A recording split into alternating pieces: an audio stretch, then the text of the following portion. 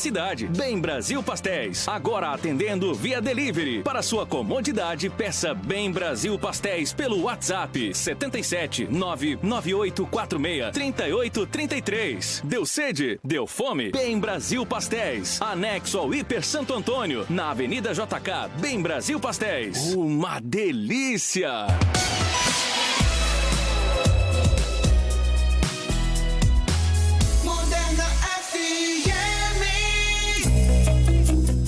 Em Luiz Eduardo Magalhães, você sintoniza a Moderna FM. ZYV 495, 92,1 MHz. Mantida pela Fundação Cultural Alzira da Silva Correia.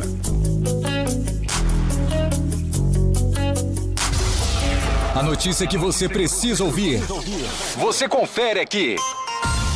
Jornal Direto ao Assunto. Direto ao Assunto. Dinamismo e credibilidade. No ar. Direto ao Assunto. Uma ótima tarde para você que nos acompanha pela Moderna FM 92.1. Estamos ao vivo também no Facebook da Rádio Moderna e do blog Douglas Batista. Hoje, quarta-feira, 22 de julho, agora meio-dia, 2 minutos, está no ar o Direto ao Assunto. O Jornal Direto ao Assunto tem o apoio da cooperativa Sicredi União Mato Grosso do Sul, Tocantins e Oeste da Bahia.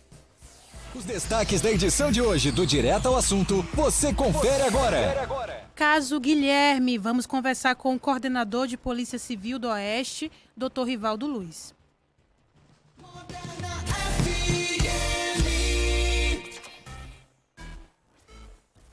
Meio-dia, 3 minutos. Débora, eu tô sem retorno aqui. Você me ajuda, por favor? Aqui no estúdio, eu, Raquel Santana, agora sim. Eu, Raquel Santana, Débora Muniz na operação de áudio. E Bonfim, daqui a pouquinho, trazendo informações pra gente, direto das ruas da cidade. Boa tarde, Débora. Boa tarde, Raquel. Boa tarde para você que nos acompanha hoje no Direto ao Assunto. E hoje temos pergunta. Você participa com a gente lá na enquete do Facebook, já disponível para você e também pelo WhatsApp. A pergunta de hoje é: você já presenciou situações de violência e omitiu socorro? Participe conosco. Isso mesmo. Vamos falar sobre esse assunto daqui a pouquinho com o Dr. Rivaldo Luiz. E a gente sempre fala aqui no Direto ao Assunto sobre os leitos de UTI e a ocupação também. O Hospital do Oeste, que é referência na nossa região, tem 20 leitos de UTI exclusivos para a Covid. A ocupação, dados divulgados no final da tarde de ontem pela CESAB, ocupação de 79%, ou seja, 4 leitos disponíveis no HO. Daqui a pouquinho a gente vai falar que o secretário de Saúde do Estado anunciou mais 10 novos leitos aqui para o Oeste. Na coluna Historizar com o professor Rubem Júnior, vamos falar dos quilombos, quem foi Dandara e Zumbi. Existem quilombos modernos, tudo isso daqui a pouquinho no Direto ao Assunto. E vamos conversar também com o coordenador de Polícia Civil do Oeste, Dr. Rivaldo Luiz. Ele vai atualizar para a gente o caso de Guilherme de Souza, que foi espancado, apedrejado e queimado aqui em Luiz Eduardo Magalhães. E a partir desta quinta-feira, o Oeste vai contar com um total de 30 leitos. Daqui a pouquinho vamos falar sobre isso. Participe pelo nosso WhatsApp, 3628-2306. Participe também pelo Facebook. Débora Muniz vai falar pra gente como é que fica o tempo. Mais informação, mais tempo, temperatura e cotação. Direto ao assunto. Muito bem, Raquel Santana e você que nos acompanha hoje no Direto ao Assunto. Previsão do tempo para Luiz Eduardo Magalhães. Sol com nuvens e hoje não chove, não tem previsão de chuva para Luiz Eduardo Magalhães. Mínima de 17, máxima de 31 graus. Amanhã, quinta-feira, também sem previsão de chuva, tempo bom, sol e presença de nuvens. Mínima de 14, máxima de 30 graus. Frio nessa quinta-feira. Barreiras, sol com nuvens e sem possibilidade de chuva. Mínima de 15 graus e máxima de 31 para essa quarta-feira. São Desidério, sol com nuvens e sem previsão de chuva. Mínima de 17, máxima de 31 graus. Agora vamos falar cotação dos principais produtos agrícolas da nossa região. Os valores são para a saca de 60 quilos. A soja que está custando R$ 99,00, o milho vale R$ 40,00. A arroba do algodão está sendo comercializada por R$ 93,47. Os dados são da AIBA. A arroba do boi gordo está custando R$ 220,00, segundo a Acrioeste. E para esta quarta-feira, o dólar teve uma queda, R$ 5,11 é o valor do dólar até o presente momento. Com você, Raquel. Obrigada, Débora, pelas informações. Quem está acompanhando a gente lá pelo Facebook é o Nerivaldo Alves de Souza, dando boa tarde para a gente. Boa tarde para você também, Nerivaldo. O Clébio Borges também dando boa tarde para a gente. Boa tarde para você também. Obrigada a todo mundo. Agradeço a todo mundo que está acompanhando o nosso Direto ao Assunto pela rádio 92.1 e também lá pelo Facebook do Douglas Batista e pelo Facebook da Moderna FM. Agora, Bonfim traz informações para a gente do trânsito. Oi, Bonfim, boa tarde. Boa tarde, Raquel. Boa tarde, Débora Muniz. Um grande abraço. Boa tarde para você que está acompanhando a partir de agora a edição desta quarta-feira do Jornal Direto ao Assunto. Trânsito já movimentado, principalmente nas duas paralelas, né? A BR-242, paralela Eduardo Campos, já recebendo grande número de veículos, também Ledino Alves da Paixão. As duas bem movimentadas neste período agora de meio-dia, aqui na cidade de Luiz Eduardo Magalhães. As vias da BR-242, 2 sentidos para quem vai para Barreiras, já bem movimentada. Trânsito também que vem de Barreiras sentido ao centro da cidade também, com uma grande movimentação neste exato momento. A Avenida Barreiras recebendo também já o fluxo de veículos. A Rua Rondônia também movimentada. Cruzamento da JK com a Salvador também, com grande movimentação neste exato momento. E aumenta a cada dia que passa o número de cidades impedidas de ter aí o transporte intermunicipal dentro do estado da Bahia, em consequência aí da presença, né, da Covid-19 dentro dos municípios. Total agora já em pontos percentuais, 93% dos municípios dentro do estado da Bahia sem poder aí transitar, pelo menos ter aí atividade do transporte intermunicipal de passageiros. Total de 387 cidades aí sem poder trabalhar aí com transporte. Tudo isso em consequência aí da Covid-19 presente dentro do estado da Bahia. Agora, resultados positivos da atuação das polícias rodoviárias federal, Polícia Rodoviária Federal e também Polícia Militar em combate ao tráfico de drogas nas rodovias, tanto as rodovias estaduais como também as rodovias federais que passam dentro do estado da Bahia. A gente tem um levantamento feito pela Secretaria de Segurança do Estado da Bahia, em conjunto com a Polícia Rodoviária Federal. Aumento, principalmente a apreensão dentro do estado da Bahia, aumentou 10 vezes somente nesse primeiro semestre de 2020. Quantidade de cocaína apreendida nos primeiros 6 meses foi 10 vezes maior que o registrado no mesmo período do ano passado, segundo as informações da própria Secretaria de Segurança Pública dentro do estado da Bahia. De acordo com a Secretaria, pouco mais de 3 toneladas de cocaína apreendidos nos primeiros 6 meses deste ano. No mesmo período do ano passado, cerca de 300 quilos foram encontrados em todo o estado. A Secretaria também informou que também no primeiro semestre deste ano, destruídos aí em torno de 4,5 toneladas de maconha, cerca de 15, 30 mil pés da droga. Tudo isso é ação em conjunto aí das polícias. Semana passada, a Polícia Federal incinerou uma carga de aproximadamente 100 quilos de cocaína e outros entorpecentes que foram apreendidos neste ano, desde o ano passado. Somando tudo isso, foi feito, portanto, essa incineração desse tipo de drogas. Tudo isso aconteceu na cidade de Juazeiro, que fica no interior da Bahia. Já a Polícia Rodoviária Federal também apreendeu 5 toneladas de drogas entre janeiro e junho já deste ano de 2020. Quase aí 1,5 tonelada de cocaína, 3,5 toneladas de maconha e mais 10 quilos de crack. Tudo isso também apreendidos em ações aí da Polícia Federal, Rodoviária Federal, em conjunto também com a Polícia Militar dentro do estado da Bahia. São as ações aí que acontecem. Outro fato também que a gente traz de destaque nesta quarta-feira, a operação da Polícia Militar em combate ao crime nas divisas da Bahia com o estado do Piauí. Policiais militares da 86ª Companhia Independente realizando a operação em conjunta com a Polícia Militar do Piauí, tarde de ontem, sexta-feira, dia 21, BR-135, fronteiras da cidade de Formosa do Rio Preto, na Bahia, e Cristalante, que fica no estado do Piauí. A operação divisa aconteceu com o emprego de 14 policiais militares da Companhia da Bahia e 10 da Polícia Militar do Estado do Piauí. O objetivo da operação é intensificar as ações de patrulhamento na fronteira da 135 entre os dois estados.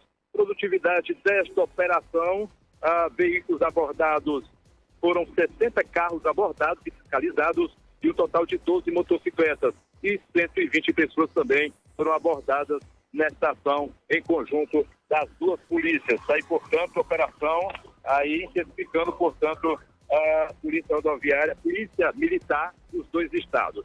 Agora, uma ação também na rodovia. Polícia Rodoviária Federal apreendeu maconha e pinos de cocaína escondidos em uma caixa de papelão. Isso dentro de um ônibus. Cerca de 10 quilos de maconha, mais 1 quilo de cocaína apreendidos no final da tarde de ontem, também, terça-feira, dia 21, pela Polícia Rodoviária Federal, durante uma fiscalização que foi efetuada na BR-242, perímetro da cidade de Barreiras. Os agentes realizavam fiscalização, quilômetro 800 da 242, quando abordaram um veículo, um ônibus, seguia de São Paulo, destino ao estado do Piauí. Durante essa abordagem, checaram compartimento de carga e bagagem. Foram encontrados 10 quilos de maconha prensada, embaladas em pacotes e 500 pinos de cocaína. Após pesagem, totalizou aí um total de 1 quilo dessa droga. O motorista de 21 anos, identificado como responsável pelo transporte dos produtos, ele foi preso em flagrante. Os policiais, segundo os policiais, ele relatou que o carregamento das bagagens e encomendas realizado nas dependências da agência de turismo. Disse ainda que durante o percurso da viagem ocorreu a troca de ônibus, já que houve uma pane mecânica no ônibus anterior. Dada, portanto, a voz de prisão, ele foi apresentado juntamente com toda essa droga na delegacia de polícia na cidade de Barreiras e vai responder aí por vários crimes aí perante a justiça. São as ações, né, destes 2 primeiros dias da semana, principalmente ontem, a ação da Polícia Rodoviária Federal e também as ações da Polícia Militar. Daqui a pouquinho a gente vai trazer um balanço a respeito dos casos da Covid-19 na região, as principais cidades. Só ontem em Barreiras foram 70 casos positivos confirmados, infelizmente já a 15ª morte registrada na cidade de Barreiras. Vamos falar das outras cidades também, daqui a pouquinho, dentro desta edição do Jornal Direto ao Assunto. É com você, Raquel Santana. Obrigada, Bonfim, pelas informações. Daqui a pouquinho tem entrevista com o Dr. Rivaldo Luiz. A gente vai atualizar informações sobre o caso do Guilherme. E a gente vai falar daqui a pouquinho também com o professor Rubem Júnior, nosso colunista, toda quarta-feira, falando de história, com foco nas questões raciais. Daqui a pouquinho. Débora agora tem um recado pra gente. Moderna FM. Superlojas Nosso Lar é o super verão de móveis Nosso Lar em 12 vezes sem juros. Aproveite as ofertas, promoções nas Superlojas Nosso Lar e garanta seu cupom para concorrer a um carro 0 km. Acesse as nossas redes sociais, @Grupo Nosso Lar. Compre no site, no aplicativo ou pelo WhatsApp 63 999425461. Lojas Nosso Lar, maior conforto pelo menor preço. Está procurando o lugar ideal para crescer e fazer o seu dinheiro render mais? O Sicredi é uma cooperativa financeira que trabalha junto com você para trazer o máximo de benefícios de maneira democrática. Além disso, oferecemos o serviço completo de banco e prezamos pelo nosso relacionamento. Sicredi Luiz Eduardo Magalhães, Rua Piauí 310. Aqui, o dinheiro coopera a seu favor. O Jornal Direto ao Assunto tem o apoio da cooperativa Sicredi União Mato Grosso do Sul, Tocantins e Oeste da Bahia. Moderna FM.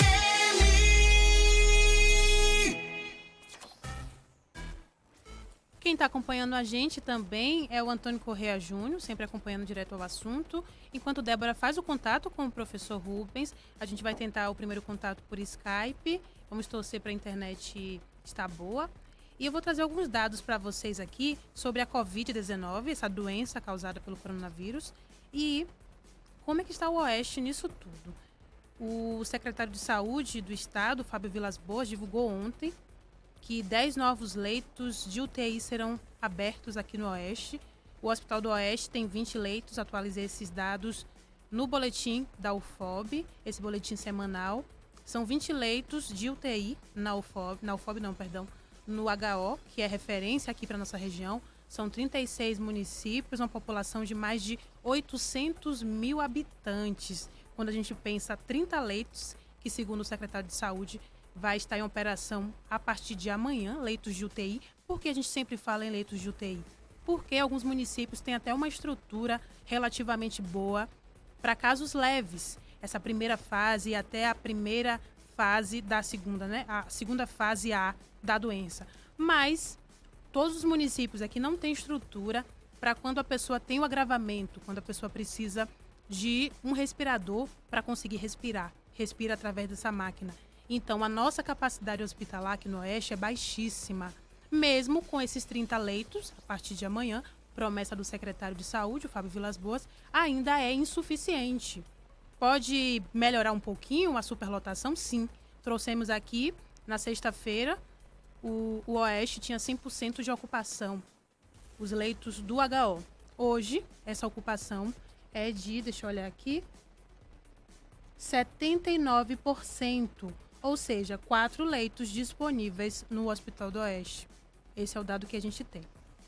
E os municípios do Oeste, eu trouxe na outra semana que 8 municípios do Oeste estavam dando indícios de controle da pandemia. Como a gente sabe isso? Porque esses municípios estavam há mais de 15 dias sem novos casos de Covid. Na quinta-feira já diminuiu isso para uns 5. E hoje são apenas 2 municípios do Oeste que estão há mais de 15 dias sem novos casos de Covid. São eles, Vanderlei, que inclusive eu falei com uma servidora da saúde de Vanderlei ontem. Vanderlei tem uma população de 12.238 habitantes. Está sem novos casos de Covid há 48 dias, muito tempo. Tabocas do Brejo Velho também está há, deixa eu achar aqui direitinho, 24 dias sem novos casos de Covid. Também é um prazo razoavelmente bom. Mas, como eu falei na semana passada e repito hoje, esses dados são muito dinâmicos. Então, a gente pode ter um dado hoje e amanhã isso mudar, como mudou da semana passada para cá. Tínhamos 8 municípios há mais de 15 dias sem novos casos de Covid. Hoje são apenas 2. E isso pode mudar muito rápido, realmente. E o que a gente vê com isso? É triste, porque o Oeste somos 36 municípios, uma população de mais de 800 mil habitantes e a capacidade hospitalar baixíssima. Apenas esses 2 municípios estão dando indícios de controle da pandemia. A gente torce que isso aumente, mas pelos dados que a gente tem visto, isso não tem acontecido. Deixa eu trazer para vocês aqui os dados de Luiz Eduardo Magalhães. Teve uma atualização agora há pouco. Débora, como é que a gente está aí? Com o professor Rubem na linha? Perfeito, então. 12:19. Oi, professor, boa tarde, seja bem-vindo. Oi, boa tarde, Raquel, Débora, Bonfim, colaboradores e ouvintes da rádio, boa tarde. Boa tarde, professor, seja bem-vindo mais uma vez. Eu vou trazer aqui, para todo mundo que acompanha o Direto ao Assunto, toda quarta-feira, historizar com o professor Rubem Júnior. Vou trazer o currículo aqui do professor. Ele é historiador com concentração em patrimônio cultural pela Universidade Católica de Salvador, a UCSAL. É especialista em História das Culturas Afro-Brasileiras e em Gestão das Políticas Públicas Educacionais. É professor concursado da Rede Municipal desde 2011 e atualmente licenciado para exercer a função de diretor vice-presidente do Simprolem. E o tema de hoje é quilombos. Antes da gente falar do nosso tema de hoje, o professor vai falar para a gente também sobre essa votação ontem na Câmara. A Câmara aprovou nesta terça-feira, em 2 turnos, a proposta de emenda à Constituição, a PEC, de renovação do Fundeb. A matéria prevê mais que o dobro de gastos da União na educação básica, passando a complementação dos atuais 10% para 23%. Professor, fala para a gente a importância dessa votação ontem. Como disse, é um prêmio Nobel, né? C. Arthur Lewis, ele ganhou o prêmio Nobel em 1979, é negro ele, foi o único negro que tinha vencido sem ser o prêmio Nobel da Paz. Ele fala, a educação nunca foi despesa, sempre foi investimento com retorno garantido. Esse fundo foi criado, primeiro foi o Fundef, né, que era a educação fundamental, depois passou a ser o Fundeb, com 10 anos de validade. A importância desse fundo é que agora ele não vai ter mais validade, né? Ele vai ser uma cláusula pétrea da Constituição, foi colocado na Constituição. Então não vai mais poder ser mudado ao ao bem-querer dos gestores. Ele, nessa época de pandemia, também ficou mais nítido para a sociedade a complexidade do trabalho docente, né? Sim. Hoje os pais entendem melhor, talvez, e talvez os professores tenham uma melhor qualidade, sejam melhor qualificados, por até, talvez, um atrativo maior, de até receber melhores salários, sendo que o professor, um cargo de nível superior, não tem que ter nível superior. Eles ganham um pouco, está no ranking de graduações um dos menores salários. Essa aprovação dessa PEC se concretiza com a continuidade dessa política bem sucedida que foi o Fundeb, sendo que teve algumas melhoras ainda, né? Teve um deputado novo que falava que tem professor que ganha 15º, 16º, 19º salário, porque o Fundeb é obrigatório gastar no mínimo 60%. Isso não é verdade, deve ter existido isso em algum lugar, em algum momento, mas isso não é a realidade. Veja que o Luiz Eduardo Magalhães é um professor de 40 horas contratado, o salário dele bruto é cerca de R$ 2.400. Eu não estou dizendo isso sem descontos, né? Então, essa PEC, por ser fixada na Constituição Federal, agora um instrumento permanente de financiamento da educação pública, com essa participação do governo federal, que vai chegar, se eu não me engano, em 2026 a 23%, dependendo também dos gestores, prefeitos e governadores, se eles fizerem seu trabalho, diminuírem no uso do Fundeb inadequadamente, só vai melhorar a educação no Brasil. O Brasil hoje que tem uma educação que não condiz com os números que o Brasil diz, porque o PISA fala que o Brasil está lá embaixo, está bem abaixo, principalmente em língua portuguesa e matemática. Agora sim, talvez tenha mais investimento, até é obrigatório, porque tem que se gastar esse dinheiro. Não pode dizer, sobrou dinheiro, como sobrou dinheiro na educação, né? Mas, enfim, foi uma grande vitória, foi uma goleada. O Legislativo brasileiro está de parabéns. Não negociou a educação e fez um belo trabalho. Agora é para o Senado, vai ser aprovado. Espero que seja aprovado o texto original da deputada Dorinha e que isso faça com que a educação só melhore. A gente venha avançar no momento que eu até tinha perdido mais esperanças. Não sabia que isso era até esse ano o Fundeb, né? Como tinha validade de 10 anos, no ano que vem não teria mais. Não sei como os prefeitos pagariam. Mas, enfim, foi uma boa notícia para a educação brasileira e eu espero que passe no Senado e sem mexer mais no que a deputada fez, né? E está ótimo para todo mundo gostou. É isso, professor. Para quem está ouvindo a gente e acompanhando lá pelo Facebook também, amanhã a gente vai conversar com a Lourdes Hoff, que é presidente do Sindicato dos Professores, falar sobre essa questão. O professor antecipou para a gente, né, essa importante vitória na Câmara dos Deputados e agora vai para o Senado e a gente torce para que seja aprovado também, como o professor falou, o texto original. Então, Lourdes estará com a gente amanhã aqui no Direto ao Assunto, por Skype, falando com a gente sobre o Fundeb. E falando sobre o tema de hoje, professor, quilombos, então, o que é um quilombo? O quilombo, né, tem a sua etimologia, né, na sua palavra em si, no estudo de sua palavra, é um lugar de descanso. Isso que era usado como apenas um lugar de descanso na África. Mas ele é mais do que isso, é um local de refúgio, né? Principalmente começou os primeiros quilombos no final do século XVI e foi até o século XVIII, XIX, até acabar a escravatura, mas sempre teve quilombos.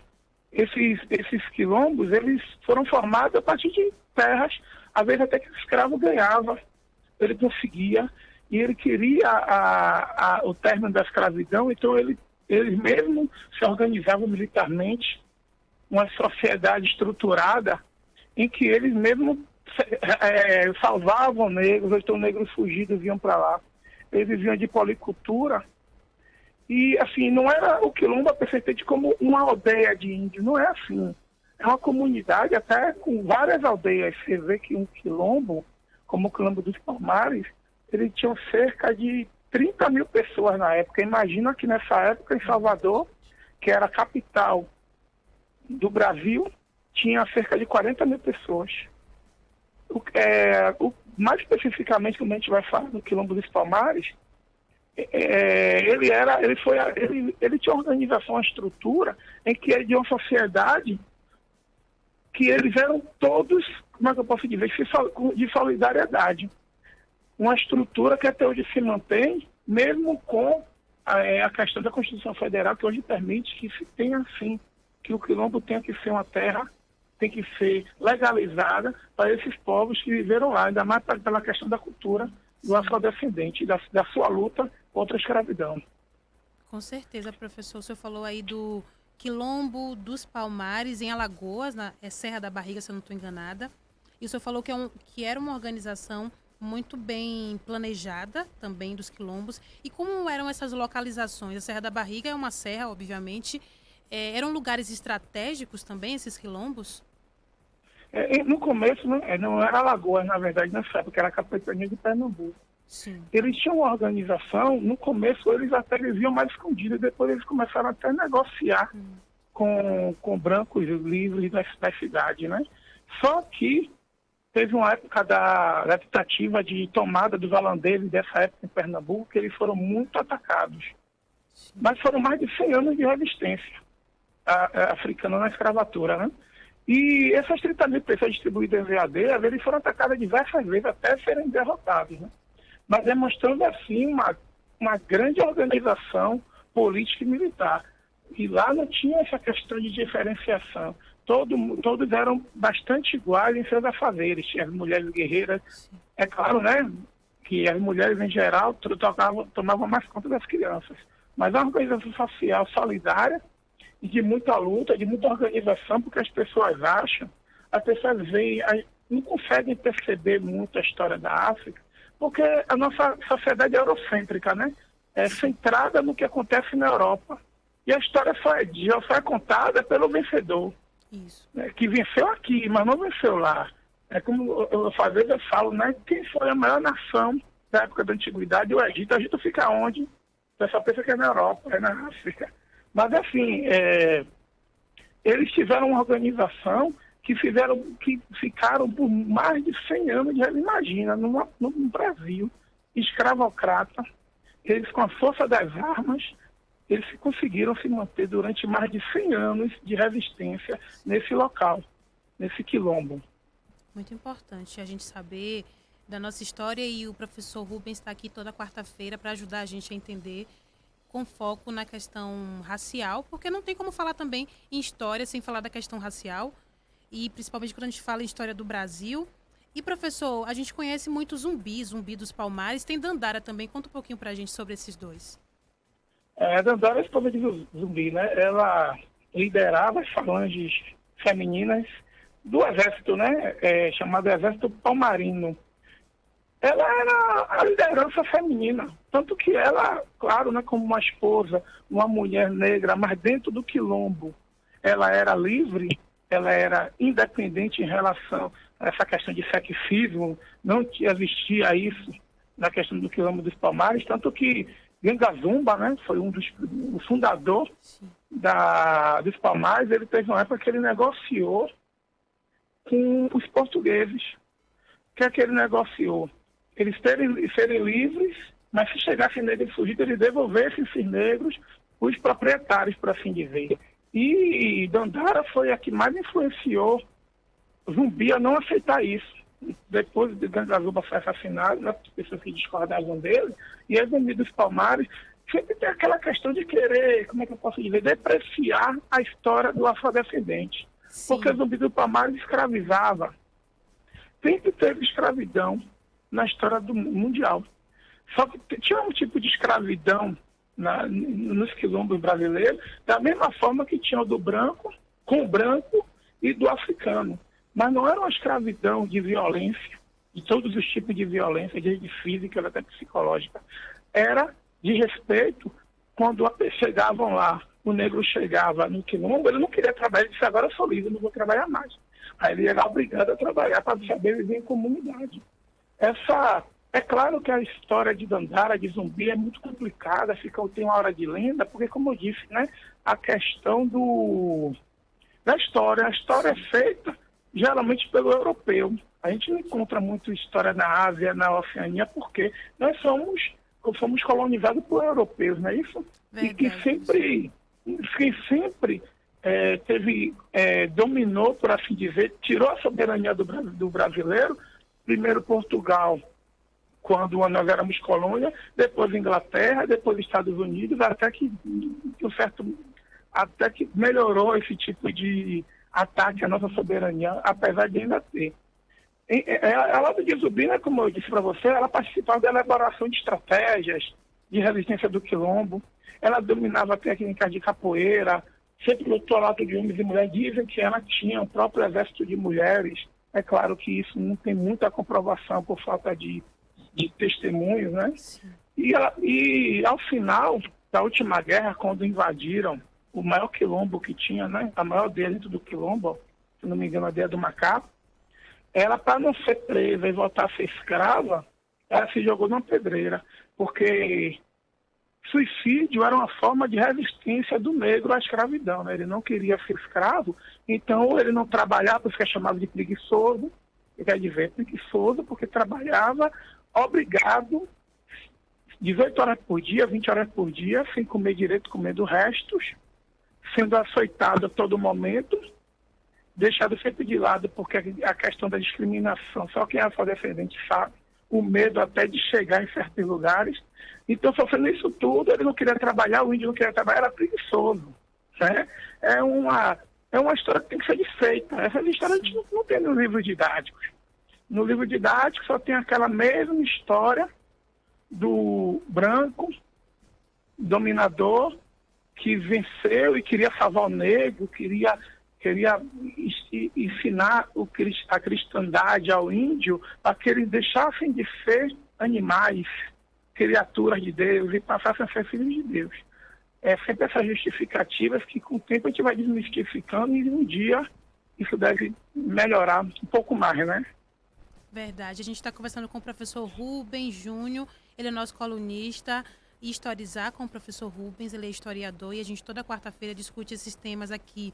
Tem uma dúvida do Jusilene aqui, daqui a pouquinho eu vou trazer e vou ver se o professor consegue responder para a gente hoje. Se a gente não conseguir responder hoje, a gente responde na próxima quarta-feira, porque nosso tempo voa também. Daqui a pouquinho a gente tem entrevista com o Dr. Rivaldo Luiz para falar do caso de Guilherme de Souza, que foi morto brutalmente aqui em Luiz Eduardo Magalhães. Professor, ainda na nossa pauta aqui, existem quilombos modernos? Sim. Na verdade, como a gente pensa na questão do ameríndio, né? Das nações pré-colombianas, porque a questão do nome índio virou agora uma verdade, porque foi o que aconteceu durante anos, né? Mas a gente chama de pré-colombianos, que estavam aqui antes de Colombo, então ameríndios, índios da América. É a mesma questão da legislação. As comunidades quilombolas têm seus critérios, podem pleitear o Estado brasileiro, apesar de só 7% terem legalizado as suas terras. O reconhecimento oficial como comunidade quilombola é feita pela Fundação Palmares, aquela fundação que está tendo tantos problemas agora. Mas verem... Oi? Não, eu falei você falou problema, tantos problemas agora, eu falei Sim. Que é o mesmo. Então, essa Fundação Cultural Palmares que reconhece a comunidade quilombola e dá o título de propriedade, né? Que isso tem na Constituição, quando fala no artigo 68 de relação à questão do patrimônio cultural, também já tem isso nas disposições transitórias, que os remanescentes das comunidades, eles têm o direito de ser reconhecida a propriedade como definitiva. Porque tem projetos de sustentabilidade, se eles demonstrarem isso, que também é uma outra lei, de um outro artigo da Constituição Federal. E a gente ouviu agora recentemente até uma piada, falou que o quilombola mais magro pesava 2 arrobas, né? Essas coisas que sempre diminuem o afrodescendente, diminui, às vezes, não estou guardando as devidas proporções, diminui o judeu, diminui as mulheres. Para você ver, a gente falou de Maria Felipa, hoje nós estamos falando de Dandara. Tem a Luísa Maim, que ela foi líder dos Malês, uma levante que teve em Salvador também muito interessante, e também participou da Sabinada. Elas são ignoradas uma questão sexista e racista que existe até hoje, imagina naquela época, né? Exato. Mas, assim, tem que se mudar esse discurso. As leis de racismo, de persecução da intolerância, as questões de gênero, de raça, de etnia, as pessoas falam e não são punidas, né? Não é possível que o presidente da República fale uma coisa dessa de um quilombola. E não foi de uma enquadrado pessoa como que crime. Não é enquadrado como crime. Não foi nem enquadrado É como aquela injúria, coisa nem de como dois pesos, racismo. duas medidas, né? Bem Outro isso. dia, um juiz liberou uma pessoa, quando foi fazer uma pesquisa, tinha outras pessoas que se enquadravam na mesma questão dessa outra pessoa e ele não tinha feito. São duas pesos, duas medidas. Sim. Isso tem que acabar. E uma pessoa pública não pode, tem que parar de falar isso, que índio é preguiçoso e que quilombola é preguiçoso. Isso é um absurdo, né? Essas pessoas estão lá porque eles tiveram que fugir. Um ser humano teve que fugir para não ser escravizado de maneira hedionda, porque a escravidão do Brasil, a escravidão do negro foi bem cruel. Porque tinha várias escravidões, mas não era cruel como a do negro. Quando se criou a escravidão do afrodescendente, se criou do africano de uma maneira muito cruel. E eles fugiram, ficaram nessas terras, e essa terra não pode ser deles porque eles são preguiçosos. Esse tipo de depreciação do povo negro, das mulheres, do pobre, tem que acabar um dia. E a justiça tem um papel fundamental nisso, mostrando que se um presidente pode ser punido, você não vai fazer. As pessoas repetem, talvez, porque veem que pessoas públicas falam essas coisas. Sim. Né? Sim. Se a gente fizer um levantamento, quem foi punido no Brasil por injúria racial ou por racismo, vai achar pouquíssimas pessoas. Eu estou lendo o livro do professor Silvio Almeida, que é advogado também, doutor em Direito, é do professor psicólogo, é o racismo recreativo. E ele cita um caso em São Paulo que uma caixa de supermercado estava comprando bananas e uma mulher branca chegou perto dela e falou: "Você deve ter muitos macaquinhos em casa". E a caixa processou essa mulher e essa mulher, ela simplesmente foi absolvida, porque o juiz entendeu que essa mulher branca estava fazendo uma graça com a mulher. Falou: "Você tem que levar as coisas mais na esportiva, porque senão você não vai morar no Brasil". Então, infelizmente, é muitas vezes esse tipo de justiça que a gente tem, justiça entre aspas, infelizmente, porque ele entendeu isso como uma brincadeira, não era nem injúria nem racismo. Então, é por aí que a gente vê como as coisas acontecem no nosso país, infelizmente, e por isso é importante a gente abordar essas questões sempre aqui, para conscientizar as pessoas como um todo. Muita gente não vai se interessar realmente, eu sei disso, eu estou ciente, o professor também está ciente, mas aquela pessoa que está interessada, uma ou duas pessoas que estiverem interessadas nesse assunto, já é um ganho para a gente. Professor, deixa eu só fazer essa pergunta da Juscelene para você, e eu vou pedir para você responder na próxima semana, porque já são 12h e 39 minutos, e eu marquei com o doutor Rivaldo 12h40. Olha só, ela falou assim: "Oi meninas, Raquel, eu estive essa semana fazendo uma comparação da escravidão negra e na escravidão hebraica. Os hebreus foram escravizados por 400 anos e os negros por 300 anos. Por que só o povo negro sofre até hoje? Todos não são pessoas, os escravos hebreus ficaram no esquecimento só porque faz parte de um povo cristão? Eu queria entender mais das duas histórias." Juscelene Sena, eu peço, quarta-feira, esteja aqui com a gente. Professor, você pode responder para a Juscelene na próxima quarta-feira sobre isso? Também, com certeza. É bom, esse tipo de discussão é bom para você ver como a construção da ideologia, até cristã, Sim. faz com que as pessoas entendam o negro como um escravo diferente, quando as pessoas nem imaginam até se existiam realmente escravidão branca, né? Como estão duvidando até hoje, já tem uns que acreditam que a Terra é plana e acreditam também que escravidão não houve, que não houve holocausto. Mas esse aí é coisas que não podem se perpetuar. Nós temos que, por fim, a vitória do Fundeb é importante por causa disso. Talvez melhore a questão da educação, vai melhorar. As pessoas têm que ter ciência das questões do que é o preconceito, o que é esse tipo de preconceito e discriminação que existe e estão se perpetuando. Mas a gente tem que trabalhar fazer o nosso papel, né, um pouquinho, e tentar minimizar até um dia acabar com isso. Muito obrigada, professor. Eu vou te mandar o print aqui da mensagem da Juscelene. Vou pedir para ela acompanhar a gente, assistir também lá pelo Facebook na quarta-feira, para quem também se interessou sobre esse tema. Quarta-feira com o professor Rubem Júnior, Historizar, aqui na Moderna FM. Professor, boa tarde para você. Tchau, tchau.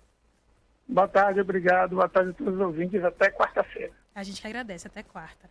12h e 41 minutos. A gente vai para um breve apoio cultural gravado. Nesse tempo, a gente faz contato com o Dr. Rivaldo Luiz e vamos trazer as atualizações para vocês do caso de Guilherme de Souza.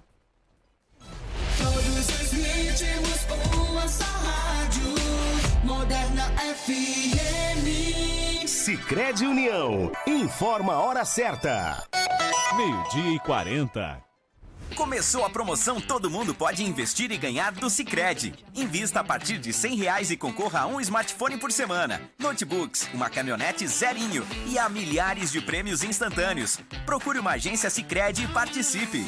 Super verão de móveis das lojas Nosso Lar. Armário Itatiaia Bali, 5 portas de 999 por 849 em 12 vezes sem juros. Cozinha Itatiaia Cássia de 1.399 por 1.199 em 12 vezes sem juros. Conjunto mesa Rufato 6 cadeiras de 2.299 por 1.899 em 12 vezes sem juros. Evite aglomerações. Compre no site, no aplicativo ou pela nossa central de atendimento. Acesse nossas redes sociais. Super verão de móveis das lojas Nosso Lar.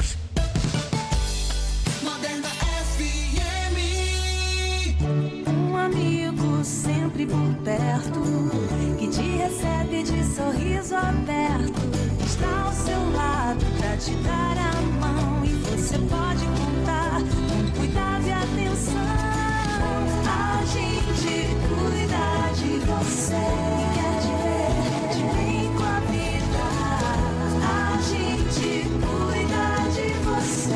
Carlos Chagas, Laboratório Clínico. Você no lugar certo. A Unopar sabe que neste momento que estamos vivendo, nem sempre é fácil estudar. Por isso, você pode contar com a gente. Pensando em você, nos tornamos mais flexíveis para você estudar a qualquer hora e onde quiser. Com um ambiente virtual completo, você tem apoio para aprender de um jeito que funciona mesmo. Afinal, a Unopar é a pioneira no ensino à distância no Brasil. Faça já sua prova online. Unopar.br. Pode comparar. Universidade assim é Unopar. As lagartas de difícil controle podem causar danos irreversíveis à lavoura e colocar todo o seu investimento a perder se não forem controladas a tempo. Combater as lagartas de difícil controle não é tão difícil assim. Conte com Proclaim, a autoridade máxima no controle das lagartas da soja. Seu efeito de choque, sua ação rápida e seu residual prolongado são implacáveis nesse combate. Com Proclaim, as lagartas de difícil controle não se criam na sua lavoura. Conte com a solução certa para essa ameaça. Conte com Proclaim, implacável contra as lagartas. Uso agrícola, venda sob receituário. Consulte um agrônomo. Olha lá o mosquito da dengue, ó. Tá achando que vai se criar aqui. Tem água parada aqui não, papá. Se depender de mim, você morre seco. Dê um Zig no mosquito da dengue e espante também doenças como zika e chikungunya. Evite qualquer acúmulo de água parada. Tome cuidado com pneus, vasos, lixeiras, calhas, lajes e garrafas. Fique atento aos principais sintomas, que são febre e dores no corpo. Dei um Zig no mosquito. Todos juntos no combate ao mosquito da dengue. Governo do Estado, Bahia. Aliança Agropecuária informa a hora certa. 12h43. Aliança Agropecuária, a sua loja de produtos agropecuários em Luiz Eduardo Magalhães. Lá você encontra ração para cães, gatos, aves, equinos, peixes, além de concentrados, núcleos e sal mineral. Trabalhamos com ferramentas, medicamentos veterinários, produtos para jardinagem, entre outros. Contamos com amplo estacionamento e o melhor atendimento para sua satisfação. Aliança Agropecuária, Rua Piauí Centro. Fones 3628-6802 ou 99875-3030.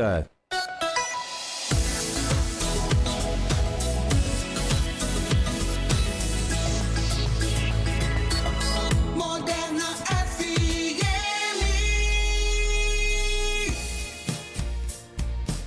O Jornal Direto ao Assunto tem o apoio da cooperativa Sicredi União, Mato Grosso do Sul, Tocantins e Oeste da Bahia. Moderna FM.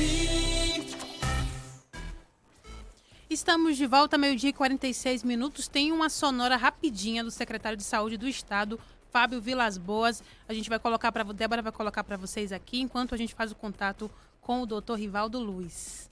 E nesta quinta-feira agora, iremos abrir mais 10 novos leitos dedicados inteiramente aos pacientes portadores da infecção pelo coronavírus, totalizando 30 leitos no HO. Está aí o secretário de Saúde do Estado prometendo esses 10 novos leitos de UTI Proeste. Vão ser 30 leitos ao total a partir de amanhã. Deixa eu pegar a ocupação para vocês aqui, vocês que estão acompanhando a gente pelo Facebook. Vou mostrar para vocês. Hoje a ocupação é de 79% aqui no oeste da Bahia. Olha, dá para ver direitinho? Acho que dá. Focou, Débora? Débora que me ajuda aqui com foco. A ocupação no oeste da Bahia são 20 leitos até hoje. Tá. Prontinho. O doutor Rivaldo está com a gente agora 12h47. Na ponta da linha com a gente, o coordenador de Polícia Civil do Oeste Baiano, o doutor Rivaldo Luiz. Doutor Rivaldo, muito obrigada pela disponibilidade. Seja bem-vindo, boa tarde. Boa tarde, é um prazer falar com vocês. Estamos aqui à disposição para qualquer esclarecimento que vocês achem pertinente. A gente agradece mais uma vez pela sua disponibilidade. A gente sabe da correria, né? Muito trabalho. Doutor Rivaldo, esse crime do jovem, né? Quer dizer, o jovem Guilherme de Souza foi morto aqui em Luiz Eduardo Magalhães, um crime brutal, todo mundo ficou assim chocado com esse tipo de crime. E eu queria saber para o senhor como está o caso hoje. Então, o procedimento já foi concluído, que cabia a parte da Polícia Civil com relação à morte. Ela já foi concluída, nós já encaminhamos ao Ministério Público desde a segunda-feira, 10 e pouca da manhã, o inquérito relatado, estamos aguardando a resposta da perícia. Pedimos a internação dos 2 menores envolvidos. Um menor já se encontra internado em Salvador, no centro de detenção para menores. O outro menor foi apresentado na sexta-feira com a minha revelia. O advogado não me comunicou, apresentou em sede de delegacia, foi tomado depoimento, mas a internação dele não tinha saído, porque quem interna o menor não é o delegado, é o Ministério Público. Então, na segunda-feira, nós já concluímos o procedimento, já enviamos ao Ministério Público, estamos aguardando a decisão que deve sair nas próximas horas. Ok, a gente está conversando com o coordenador de Polícia Civil do Oeste Baiano, Dr. Rivaldo Luiz, e ele falou que já foi concluído o inquérito remetido ao Ministério Público na segunda-feira. Falou também sobre esse primeiro adolescente que já está em Salvador. O outro, né, 16 anos, ainda não está em Salvador, mas aguardando aí resposta do Ministério Público. Doutor Rivaldo, o senhor me falou ontem por telefone que as pessoas que viram o crime e não chamaram a polícia seriam intimadas. Elas podem responder por quais crimes? Isso mesmo, doutor. A parte que eu comecei falando, a parte que diz respeito ao crime em si, ele já foi concluído. Nos resta agora entender essas circunstâncias que são acessórias ao crime, ou seja, a omissão de socorro, a incitação ao crime, né, e diversos outros crimes que podem acontecer ou, quiçá, participação no homicídio. Porque a gente tem algumas informações de extraoficial, de pessoas que presenciaram, né, e de alguma forma incitaram esse crime. Então essas pessoas vão sim responder por isso. Existe um bar na localidade do homicídio. Esse bar nós já requisitamos se ele tem um alvará, quem são os proprietários do bar, para que a prefeitura nos informe isso de forma urgente, para que a gente possa entender as circunstâncias acessórias ao crime. Nós já entendemos como foi a mecânica do crime, a motivação, como ele morreu, né, como aconteceu isso. Nós já temos autoria, todas as circunstâncias já devidamente comprovadas. Agora nós vamos investigar essa parte que a gente tem que entender, você tem que entender que o crime de homofobia, né, a violência não pode ser nunca banalizada. As pessoas não podem presenciar uma violência dessa natureza e não chamar uma viatura, não participar, não tentar evitar, né, e não procurar a delegacia para participar de alguma forma. Na minha opinião, todas as pessoas que presenciaram esse crime, elas vão responder por omissão de socorro. Ok, doutor Rivaldo, o senhor falou da motivação do crime, então a motivação foi homofobia? Na minha opinião, foi.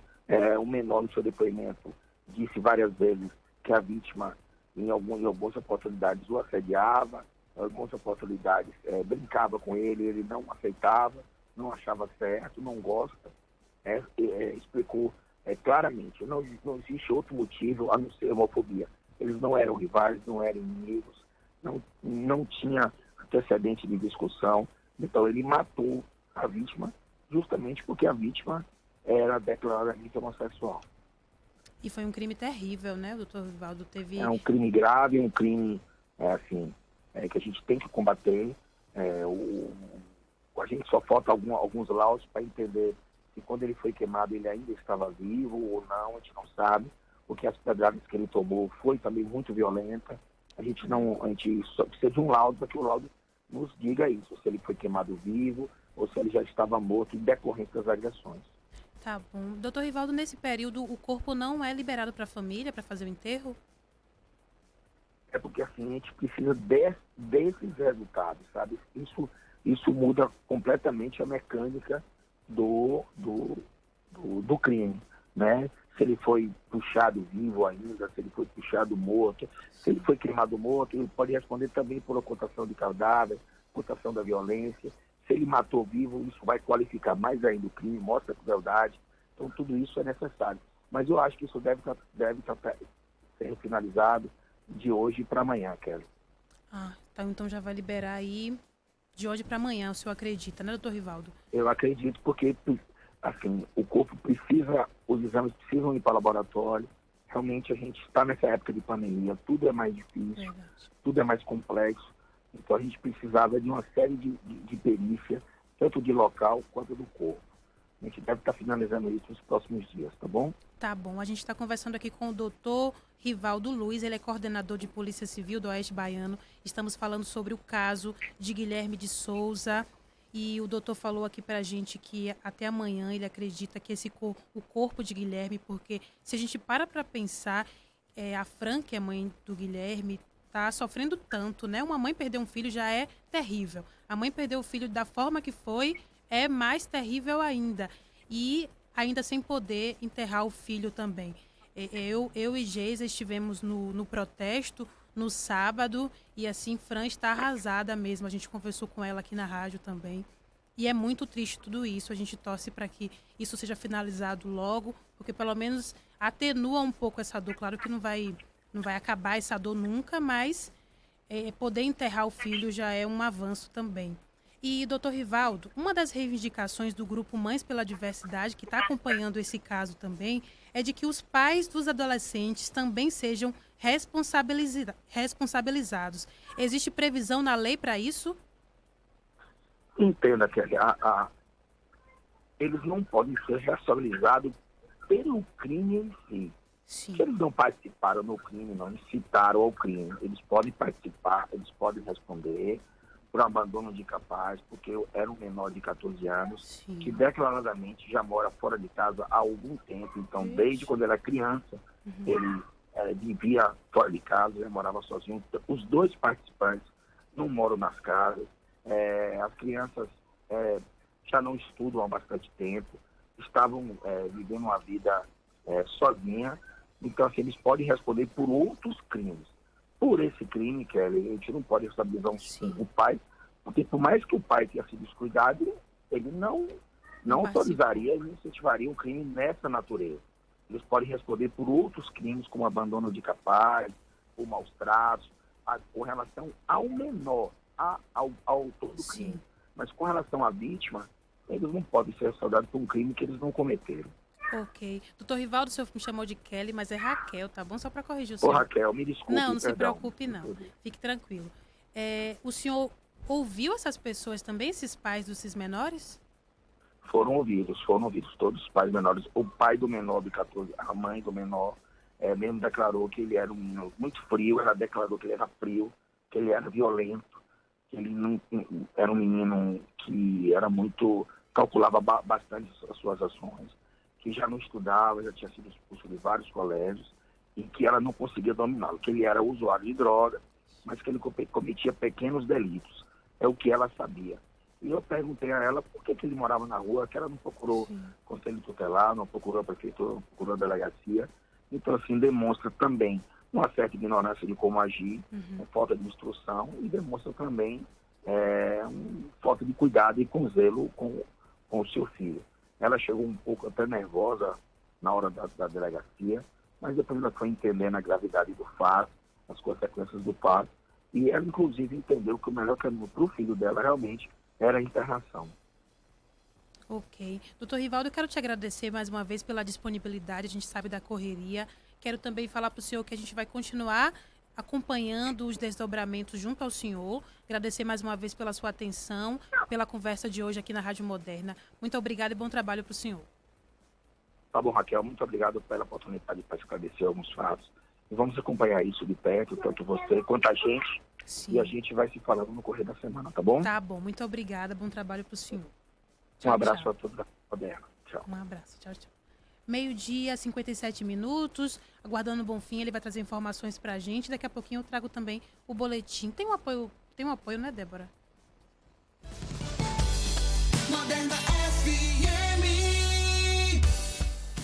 Super Lojas Nosso Lar é o super verão de móveis Nosso Lar em 12 vezes sem juros. Aproveite as ofertas, promoções da Super Lojas Nosso Lar e garanta o seu cupom para concorrer a um carro 0 km.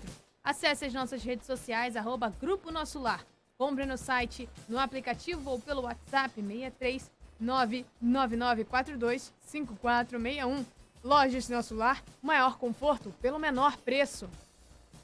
Está procurando o lugar ideal para crescer e fazer o seu dinheiro render mais? O Sicredi é uma cooperativa financeira que trabalha junto com você para trazer o máximo de benefícios de maneira democrática. Além disso, oferecemos um serviço completo de banco e prezamos pelo nosso relacionamento. Sicredi Luiz Eduardo Magalhães, Rua Piauí 310. Aqui, o dinheiro coopera a seu favor. O Jornal Direto ao Assunto tem o apoio da cooperativa Sicredi União Mato Grosso do Sul, Tocantins e Oeste da Bahia.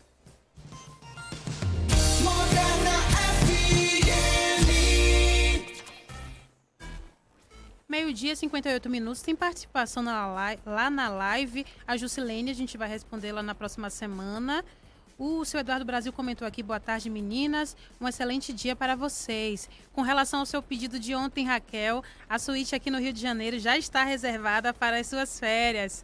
E mais, a hospedagem será 0800. Quem não chora não mama. Muito obrigada, seu Eduardo Brasil. Está nos meus planos, Rio de Janeiro pós-pandemia. Muito obrigada aí pela hospedagem já gratuita, né? Suíte, tudo, ó, maravilha. Já vou economizar com hospedagem. Tô super feliz, Débora. O José Mário Vasconcelos comentou aqui: boa tarde, deu um legalzinho pra gente. Brenda Barros comentou: lamentável o que aconteceu. Um abraço pra Brenda. Realmente muito triste. Quando a gente vai acompanhando o caso, fica mais triste ainda. Quando a gente vê a situação dos adolescentes, né? Adolescentes em vulnerabilidade total. Quem acompanhou o protesto viu, lá no fundo, lá no final do Santa Cruz. Quando você chega lá no final, já tem uma zona rural lá mesmo, assim. É muito triste tudo isso. E a gente já imaginava que esses adolescentes poderiam viver nessa situação de vulnerabilidade mesmo, sem condições. Não morava nem na própria casa com a mãe, o adolescente não estava na escola. É terrível. A gente sabe o quanto essas vulnerabilidades levam, infelizmente, ao caminho ruim, como aconteceu nesse caso. As pessoas, e assim eu falo da prefeitura, dos órgãos, precisam olhar mais para essas pessoas que vivem assim tanta vulnerabilidade. A gente precisa ter projetos efetivos que mudem a realidade das pessoas em Luiz Eduardo Magalhães, porque quem está de fora vê Luiz Eduardo Magalhães, essa pujança, mas as pessoas invisíveis, pessoas que vivem com pouquíssimo diariamente, isso precisa ser mudado realmente. Essas pessoas precisam ser enxergadas pelo poder público, principalmente. Bonfim com a gente, Débora. Oi, Bonfim, boa tarde.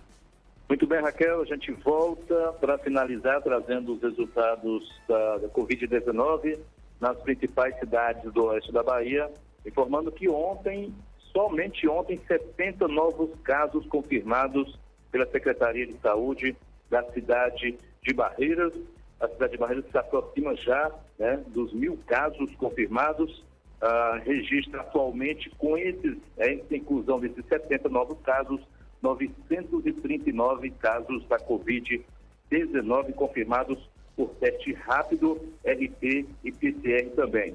Destes, 490 já estão recuperados, 421 já estão em isolamento domiciliar, 13 estão internados e o município, infelizmente, já registra 15 óbitos devido aí à Covid-19, né? Então, aguardando resultados, já se somam aí 290, aguardando, portanto, resultado de exame, ou seja, a cada dia que passa, aumenta tanto os exames que são coletados, material para exame, como também a confirmação de casos positivos. E ontem, infelizmente, além desses 70, mais 3 mortes confirmadas pela Secretaria de Saúde da cidade de Barreiras. As outras cidades também próximas aqui na região oeste da Bahia, São Desidério, já confirma 154 casos positivos, 103 recuperados, 52 em análise, e São Desidério também já registra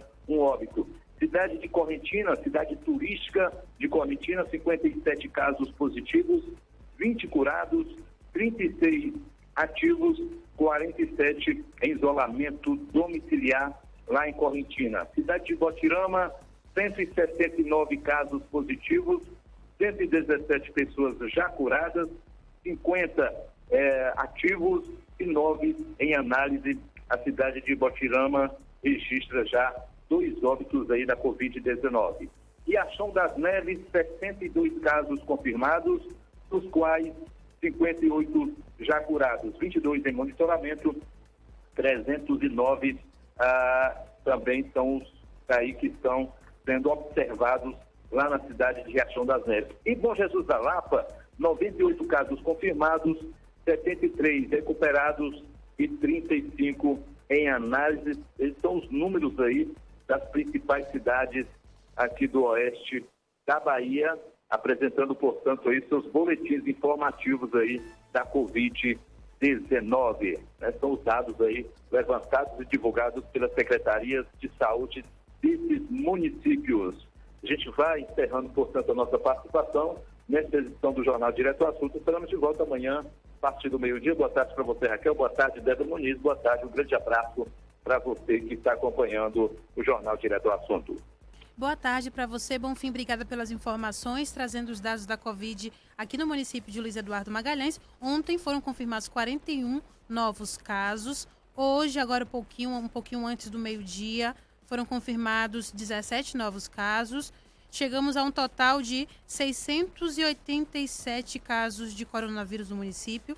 Destes, segundo o boletim da Prefeitura, são considerados curados 493 pessoas, acompanhados, casos ativos, 188, pessoas que morreram, 6, em monitoramento, 200 pessoas. É sempre bom a gente somar todos esses dados, porque a coisa fica um pouquinho mais diferente, porque todo mundo fala, foque nos curados, mas quantas pessoas estão ativas no município? 188, dados oficiais.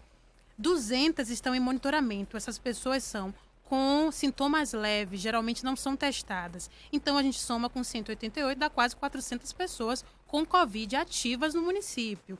Dados oficiais. Aguardando o resultado, 82 casos. Sem falar nas subnotificações, que a gente sabe que não tem teste para todo mundo no município de Luiz Eduardo Magalhães. O Santa Cruz continua na frente com 110 casos. Destes, 83 já estão curados, segundo o boletim da Prefeitura. Jardim Paraíso vem em segundo lugar com 103 casos e 75 pessoas consideradas curadas. Em terceiro, Mimoso 2, com 68 casos e 45 pessoas curadas. Na UCC, estão internadas hoje 6 pessoas, segundo o boletim da Prefeitura. Leitos com respirador são 6, mas parece que teve um errinho aqui, porque fala disponíveis 0, ocupados 0. Mandei até para as contas também, para eles observarem esse ponto. Agora, 1h05. Débora, tem o resultado da nossa enquete? Temos sim, Raquel. Nossa enquete de hoje, que a pergunta foi: você já presenciou situações de violência e omitiu socorro? Pasme! Temos aí 12% das pessoas votaram sim. Sim. E 88% votaram não. As que pessoas já era esperado que a gente... Né? Pelo menos foram verdadeiras. Como o doutor Rivaldo falou aí, as pessoas podem ser enquadradas nesse tipo de crime de omissão de socorro.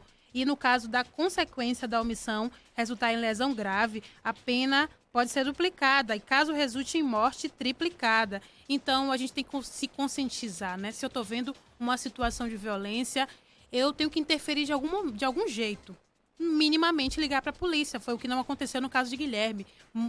Uma das maiores dores da Frank, mãe do Guilherme, falou aqui pra gente na rádio, a gente esteve também lá no manifesto. E foi isso, as pessoas que viram tudo acontecer e não fizeram nada. Que tipo de humanidade é essa que a gente está construindo? Que tipo de pessoas são essas que moram em Luiz Eduardo Magalhães? Temos que olhar direitinho para esse município, porque os últimos dias estão dando indícios aí de coisas muito tristes realmente aqui no nosso município. Apesar de tudo, uma excelente tarde para vocês, uma excelente tarde para você também, Débora. Boa tarde, Raquel. Boa tarde para o Bonfim, que participou conosco. E boa tarde para você que nos acompanhou no Direto ao Assunto. A gente volta amanhã, ao meio-dia. Antes tem Douglas Batista, Geisa Calado, no Hora 8 Notícias. E agora tem Débora Muniz, o Revista Moderna. Até amanhã. Essa foi a edição de hoje do Jornal Direto ao Assunto. Acompanhe sempre a transmissão ao vivo no Facebook da Moderna FM. Moderna!